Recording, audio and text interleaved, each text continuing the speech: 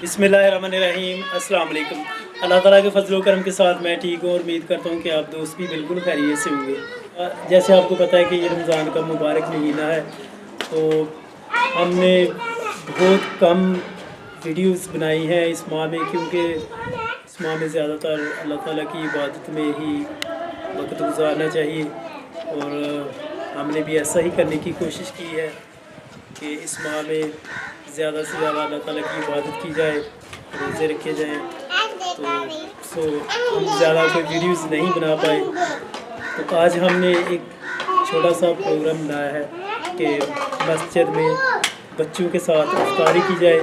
पुराने वक्त की तरह आज भी गाँव का माहौल कुछ इस तरह से है कि मस्जिद में बच्चे इकट्ठे होकर बैठते हैं। छोटे छोटे बच्चों में ने रोज़े रखे हुए हैं। इतनी सख्त गर्मी है, इतनी धूप है, मगर फिर भी बच्चे, छोटे छोटे बच्चे भी रोज़े रख रहे हैं।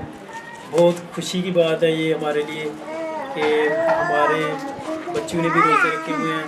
तो हमने सोचा क्यों ना आज बच्चों की इफ्तारी करवाई जाए और आप दोस्तों के साथ शेयर की जाए। तो चलिए मस्जिद में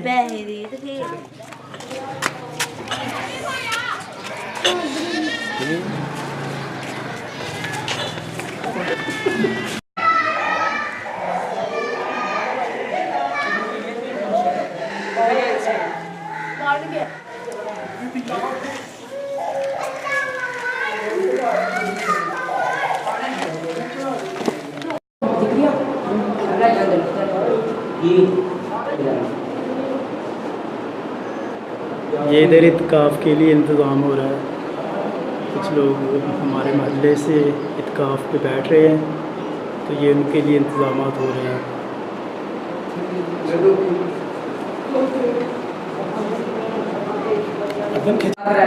आज का ये इफ्तारी का टाइम है 7:02 और टाइम इस वक्त हुआ है 6:56।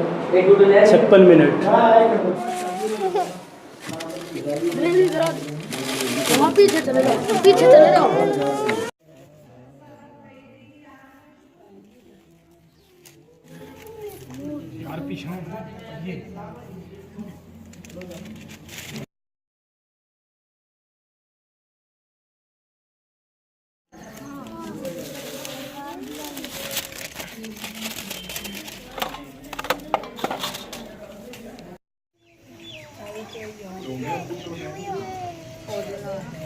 चलो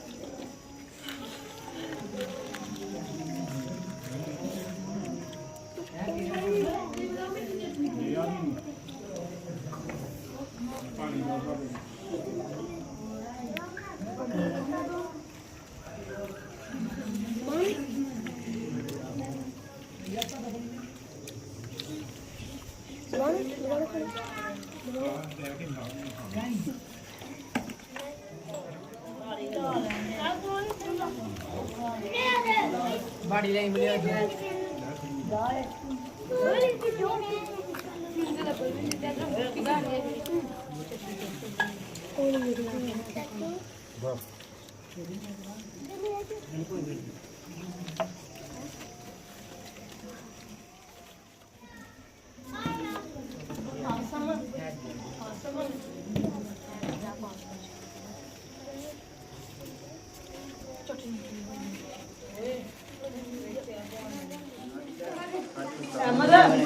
चाचू अमर पानी लाए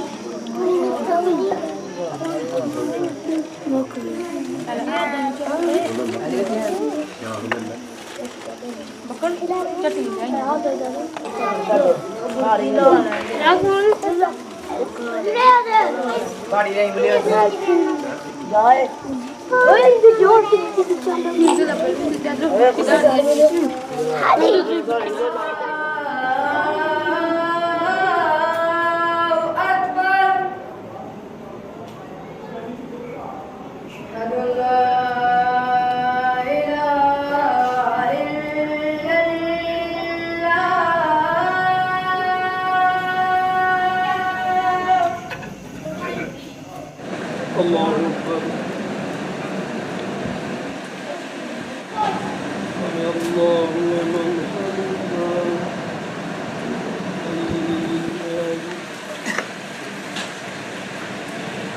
अल्लाहु अकबर